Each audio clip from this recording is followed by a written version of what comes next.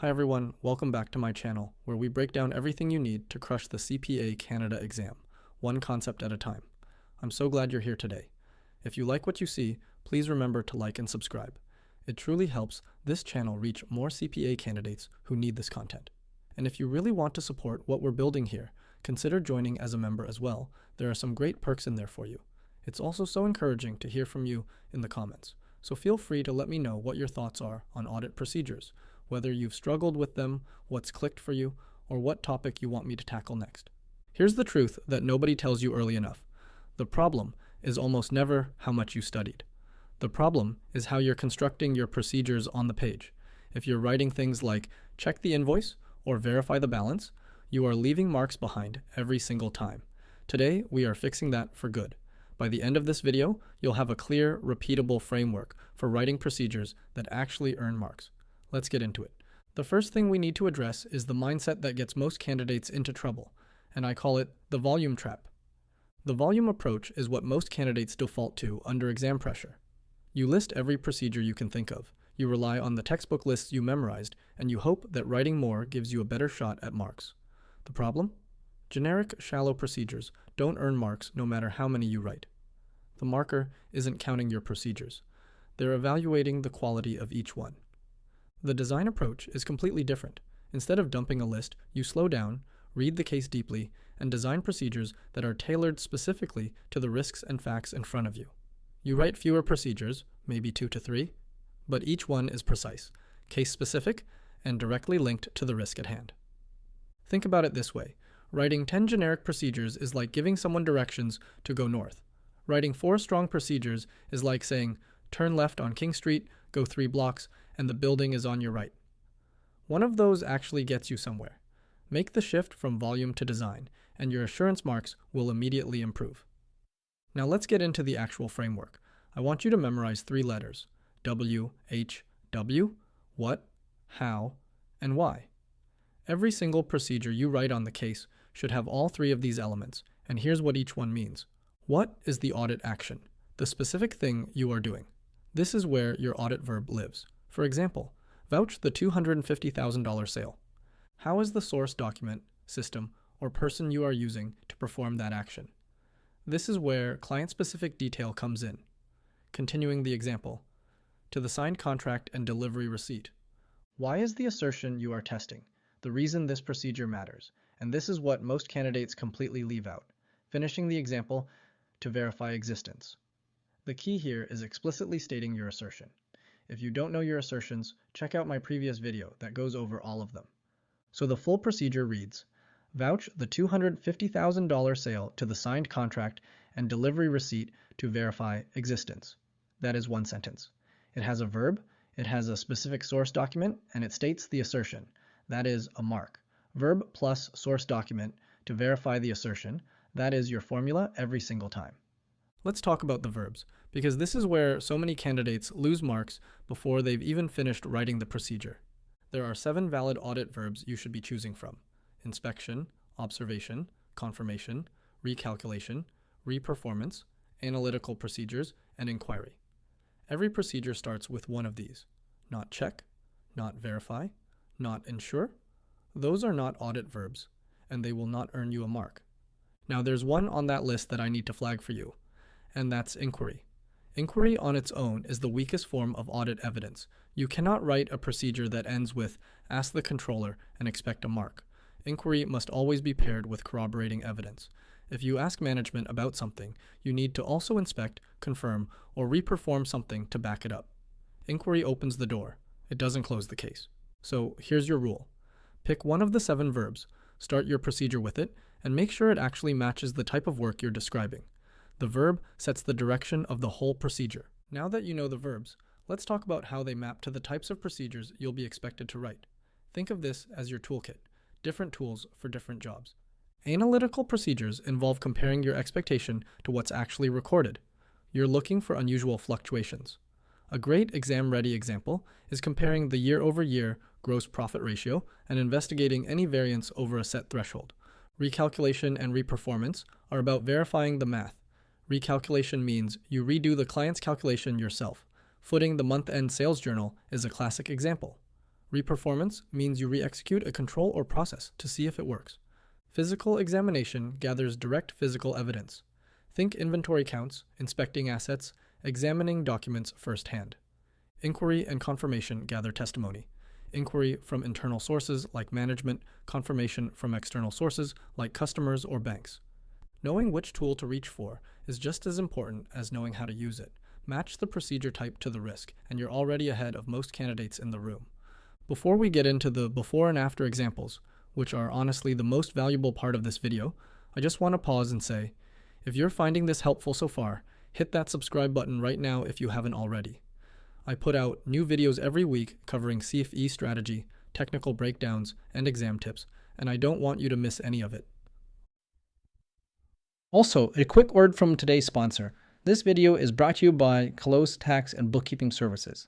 If you or someone you know needs help with their personal or business taxes and bookkeeping, Close Tax and Bookkeeping offers a reliable, professional service, and they make the whole process straightforward and stress-free. You can reach them directly by email at close.tax.bookkeeping@gmail.com. I'll have it in the description below. Whether it's tax season or you just need ongoing help with bookkeeping support, they're worth reaching out to. Thank you to Close for sponsoring today's video.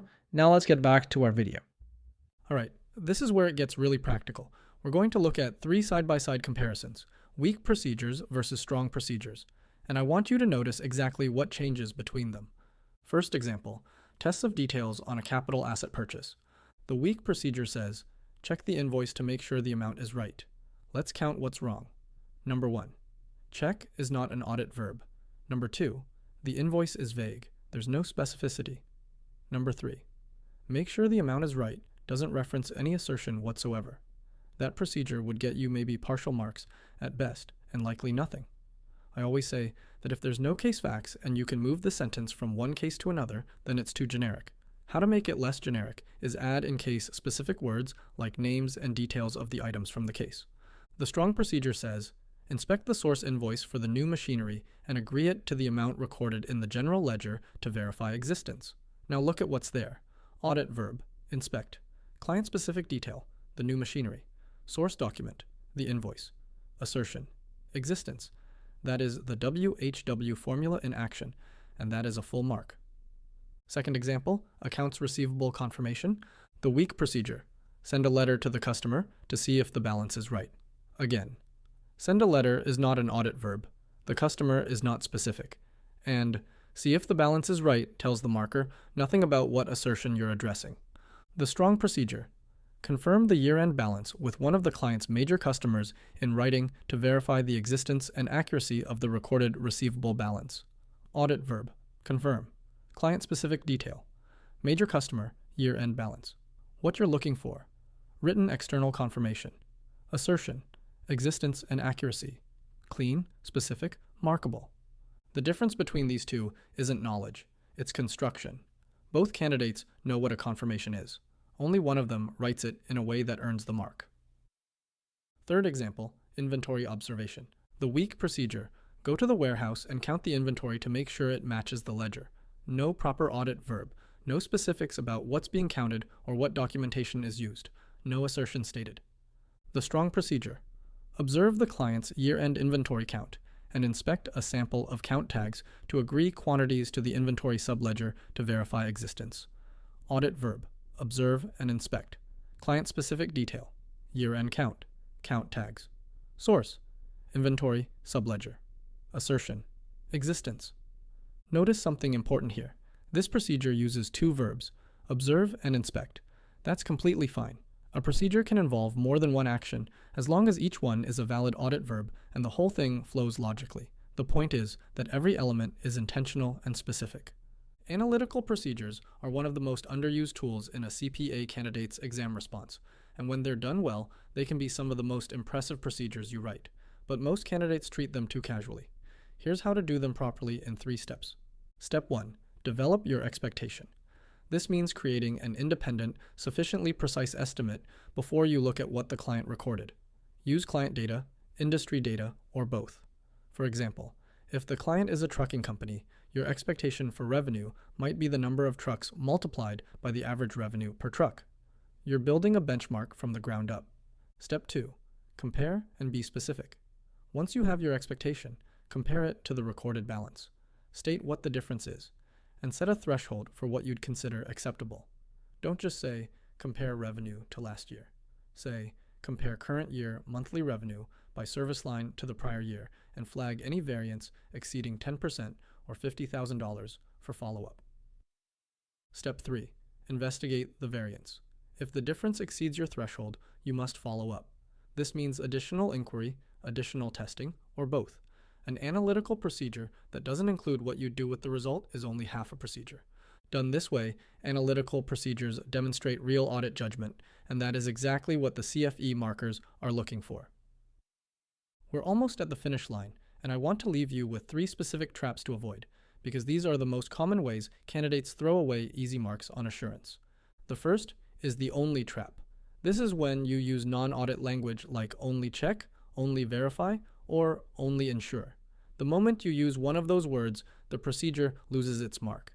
Train yourself to never write a procedure without one of the 7 valid verbs leading it. If you catch yourself writing check, stop, cross it out, and replace it with inspect, vouch, trace, or confirm. The second is the vague trap.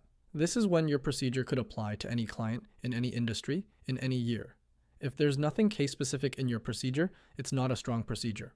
Always pull specific names, amounts, dates, and account details from the scenario and embed them directly into what you write. The third is the assertion disconnect. This is when your why doesn't actually match the risk you identified. If management is overstating revenue, your procedures should be testing existence and cutoff, not completeness. If you're going in the wrong direction, the procedure doesn't address the risk and it won't earn the mark. Always link your why to the biggest assertion at risk before you write a single word. Avoid these 3 traps and your assurance responses will be noticeably tighter and more markable. And that's a wrap on today's video. Let's do a quick recap. Stop defaulting to volume. Design your procedures instead. Use the WHW formula every single time. What, how, and why. Pick one of the 7 valid verbs and lead with it. Match your procedure type to the risk, and avoid the 3 traps: vague language, generic details, and assertion mismatches. If this helped you, drop a comment below with which slide was your biggest eye-opener. I read every single one. And if you've got a friend who's also studying for the CPA Canada exam and struggling with assurance, do them a favor and send them this video. Thanks again for watching, and if you liked what you saw, please like and subscribe. I try to put out new videos weekly. See you in the next one. God bless.